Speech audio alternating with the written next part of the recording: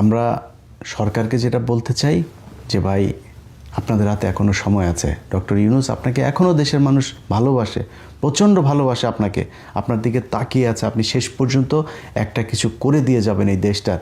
এই দেশ যদি নাকি ভারতের হাত থেকে এই সরকার ঠিক করে দিয়ে যেতে না পারে, আপনি বিএনপির দোষ দিয়ে লাভ নাই ভাই। কারণ বিএনপি পলিটিক্স করে, সে পলিটিক্স করতে যায়, সে সরাসরি ভারতের বিরুদ্ধে এমন কোনো পদক্ষেপ নিতে পারবে না যেটা সে ক্ষমতায় আসতে পারবে না, তার নানান ধরনের সমস্যা আছে।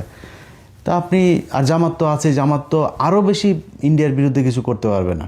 তারা কিছু করতে, তাদেরকে এমনিতেই মনে করে তারা ইন্ডিয়া বিরোধী, পাকিস্তানের লোক, এই সেই, তারা পারবে না। সো আপনাকে করতে হবে। এই দেশের মানুষ কী চেয়েছিল, কী জন্য আপনাকে ক্ষমতায় বসিয়েছিল, সেটা আপনি খুব ভালো করে জানেন। সো আপনি যদি সেটা করতে না পারেন, তাহলে আমার মনে হয় এই যে 1.5 বছরে যে ড্যামেজটা আপনি করে, কেউ এখন যদি আমি আপনার বলে আপনি এখন চলে যান, এখন চলে গেলেও তো হবে না ভাই। আপনি যে ড্যামেজ করে দিয়ে গেলেন, এই ড্যামেজ ঠিক করবে কে? এখন প্রথম আলোর বিরুদ্ধে ব্যবস্থা নিতে গেলে, আরে ভাই প্রথম আলোর বিরুদ্ধে ব্যবস্থা নিতে গেলে প্রথম আলো, ছায়ানট, উদীচী, এগুলো তো বাংলাদেশের কোনো প্রতিষ্ঠান না, এরা ইন্ডিয়ান প্রতিষ্ঠান, এটা পত্রিকা অফিস না, এটা ইন্ডিয়ান গোয়েন্দা সংস্থার একটা শাখা অফিস বাংলাদেশে বসিয়েছে। আপনি প্রথম আলোর নিয়ে যা মনে চায় বলেন, পত্রিকা অফিস, অনলাইন, এটা একটা গণমাধ্যম, এই সেই। তো গণমাধ্যম ঠিক আছে, তো বাংলা এডিশন কি জঘন্য মাধ্যম নাকি? বাংলা এডিশন কি? বাংলা এডিশন এই গত 1.5 বছরে যা করেছে, খুঁজে নিয়ে দেখেন, নিউজগুলো দেখেন যায়। ছোট্ট একটা 40-50 জনের একটা টিম যা করা হয়েছে, এটা বাংলাদেশের অনেক গণমাধ্যম, কোনো গণমাধ্যম করতে পারে নাই, কোনো গণমাধ্যম সেটা করতে পারে নাই। আমরা সেটা করেছি, করে দেখিয়েছি যে সম্ভব কথা বলা এই দেশে। আর প্রথম আলো এখন আপনারা বিশাল গণমাধ্যম। তো প্রথম আলো যে খুনের সাথে জড়িত, প্রথম আলো মিথ্যা তারেক রহমানের বিরুদ্ধে কথা বলেছে, খালেদা জিয়ার নাকি পাকিস্তানে কানেকশন আছে, তারেক রহমান নাকি কোন কোন কোন জঙ্গি সংগঠনের সাথে তাদের নাকি সম্পৃক্ততা আছে, তারা নাকি বসুন্ধরার কাছ থেকে 100 কোটি টাকা চাঁদা চেয়েছে, খালেদা জিয়া নিজে পাঠিয়েছেন টাকা আনার জন্য, এগুলো লিখেছে।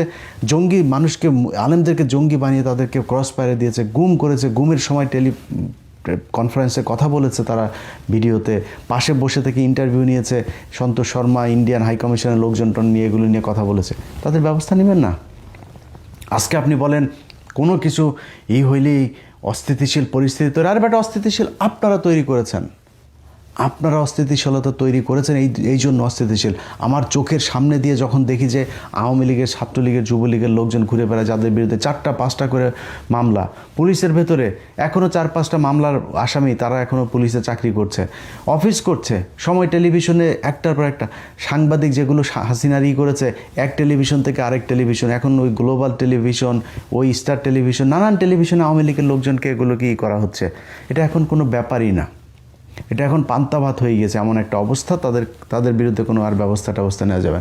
এই জন্য এতগুলো মানুষ মারা গিয়েছে নাকি? আপনি আসবেন, সুন্দর করে বসবেন, খাবেন দাবেন, ঘুষ খাবেন, সব কিছু চলবে আগের মতো। এই জন্য দেশ স্বাধীন হয় নাই। দেশ আমি আমার জায়গা থেকে ততদিন এইটা মনে করব যে বিপ্লব চলমান থাকবে, যতদিন এই দেশের জাতীয় সঙ্গীত, চুরি করে আনা জাতীয় সঙ্গীত, এই জাতীয় সঙ্গীত পাল্টাইতে হবে।